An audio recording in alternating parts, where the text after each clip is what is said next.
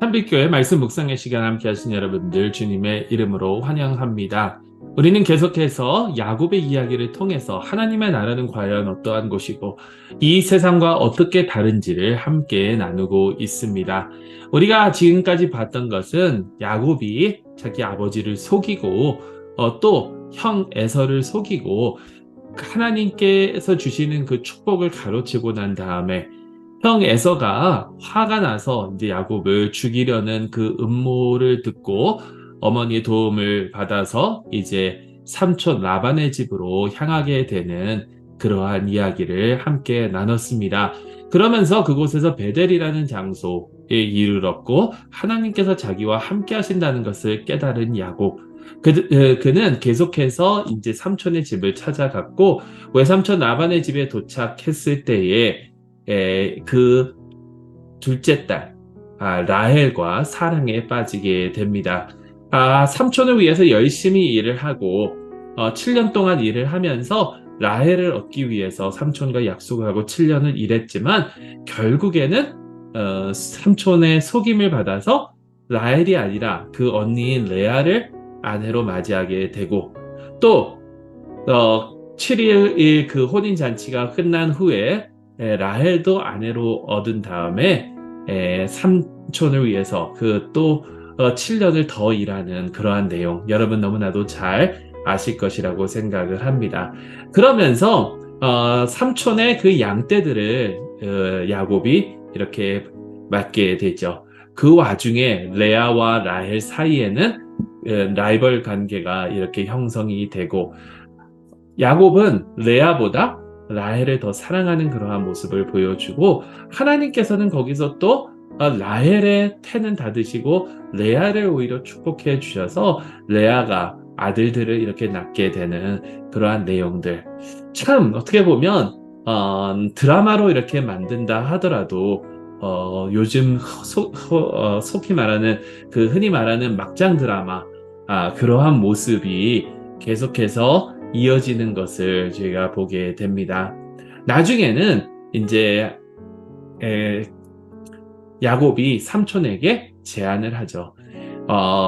이 양떼를 이렇게 지키면서 기르면서 나아가는데 흠집이 있거나 아니면 뭐 점박이거나 아니면 줄무늬가 있는 양은 자기 것이 되게 되고 나머지 양은 삼촌의 것이 되게 된다. 그래서 그래 좋다 그렇게 하자라고 했는데 여기서 또한 야곱이 속임수를 쓰면서 자기의 부를 늘려가는 그러한 모습을 보게 됩니다. 자, 저는 이 말씀을 어렸을 때부터 많이 들어와 봤는데요. 그러면서 항상 의문이 들었던 것이 있습니다. 성경을 보게 되면 특히 야곱이 이제 건강한 양이 이 새끼를 칠 때가 되면 어느 나무를 가져다가 그것을 벗기고 그 나무 겉을 벗긴 다음에 그것을 그 양 앞에 놓게 되어서 줄무늬가 있는 양 아니면 점이 박힌 양을 낳게 한다. 아니 이게 어떻게 가능한 것인가 굉장히 많은 의문이 들었습니다. 그러면서 오늘 말씀을 좀 더 이 말씀에 대해서 묵상을 해봤는데요.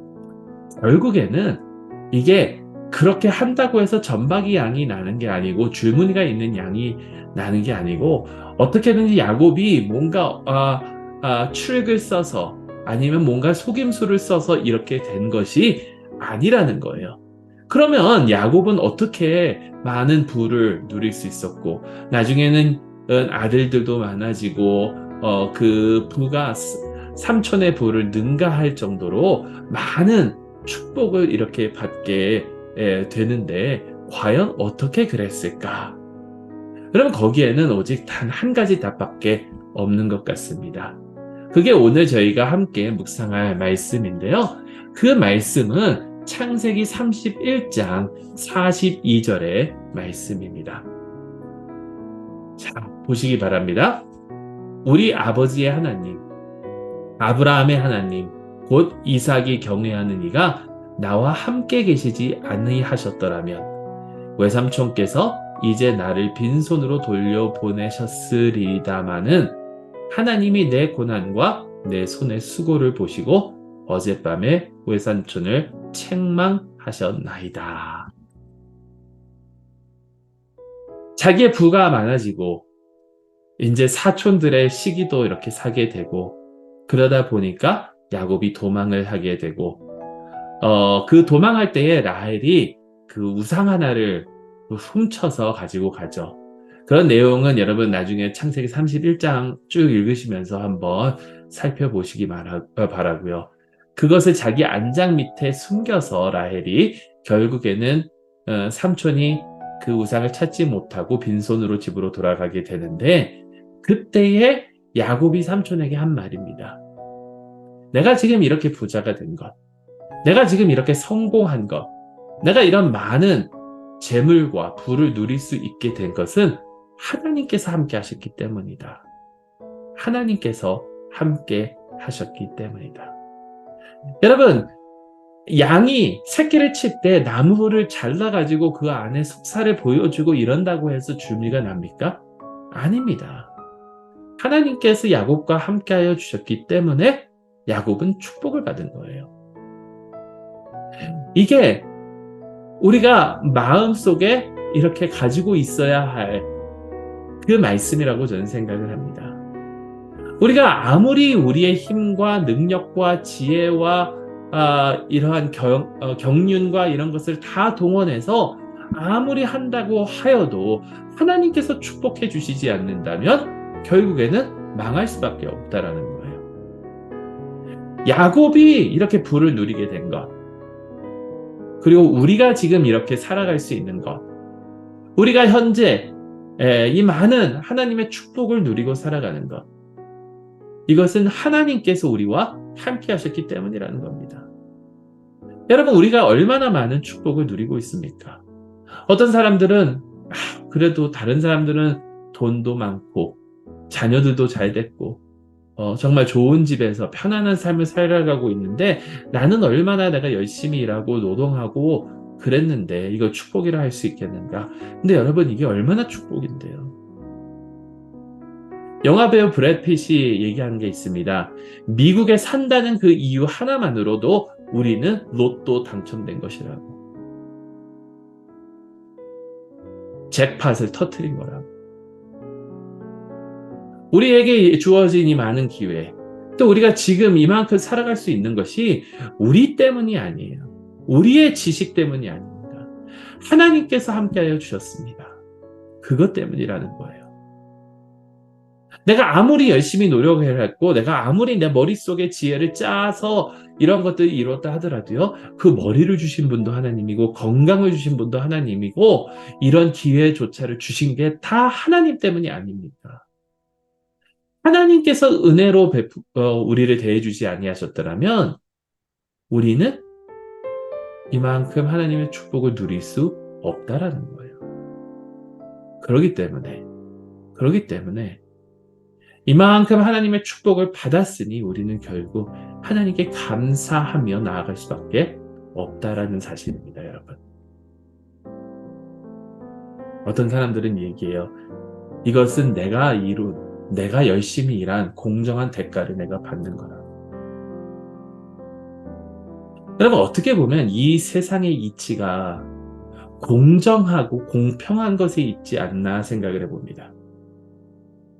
야곱이 속였잖아요. 속임수의 삶을 살았잖아요. 남을 속이는 자의 그런 삶을 살았잖아요.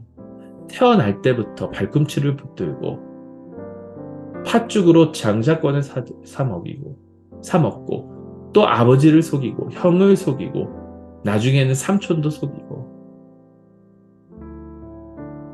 그런데 결국 이 세상이 그에게 갚아주는 것은 무엇입니까? 속이고 속이는 삶은 결국 자기도 속고 살아가게 된다는 거죠. 삼촌한테 얼마나 속임을 당했는지 모릅니다. 사랑하는 여인을 위해서 7년만 일하면 될 것을 14년을 일했잖아요. 근데 여러분, 가만히 보세요. 그게 공평한 거예요. 공평. 이 세상의 이치입니다. 내가 뿌리는 대로 거두는 거. 그런데 하나님 나라의 길은 사실 공평이 아니에요. 공정한 게 아니에요. 하나님 나라의 길은 하나님의 은혜입니다. 하나님의 은혜. 야곱이 뿌린 대로 거둔다면 야곱은 멸망했어야 됩니다. 우리도 우리 스스로 뿌린 대로 거둔다면 하나님의 벌을 받아야 마땅한 자녀들이죠. 근데 하나님의 나라는 공평이 아니라 하나님의 은혜요 긍휼입니다. 여러분, 공평을 논하면 이 세상에서 가장 불공평한 심판을 받은 자가 누군지 아십니까? 바로 예수님이십니다. 예수님. 죄가 없으신 분이 우리의 죄의 대가를 짊어지셨잖아요. 근데 그게 하나님의 은혜예요. 하나님의 은혜. 결단코 잊지 맙시다. 하나님께서 우리와 함께하지 아니하셨더라면 지금 우리는 이 자리에 없을 것입니다. 하나님의 은혜를 붙들고 하나님 나라의 삶을 살아가는 저희 모두가 될 수 있기를 간절히 소망합니다. 말씀을 기억하시면서 우리 잠시 함께 묵상하는 시간 갖도록 하겠습니다. 우리 스스로의 지혜와 방식대로 사는 것과 하나님과 동행하며 사는 자의 삶의 차이점은 과연 무엇입니까? 한 가지 질문 더 묵상하시겠습니다. 공평과 공정보다 내가 더 사모하며 살아가야 되는 것, 추구해야 되는 것, 붙잡으려고 하는 것은 과연 무엇입니까? 그리고 우리는 과연 그것을 사모하며 살고 있습니까? 하나님과 늘 동행하시길 간절히 소망합니다.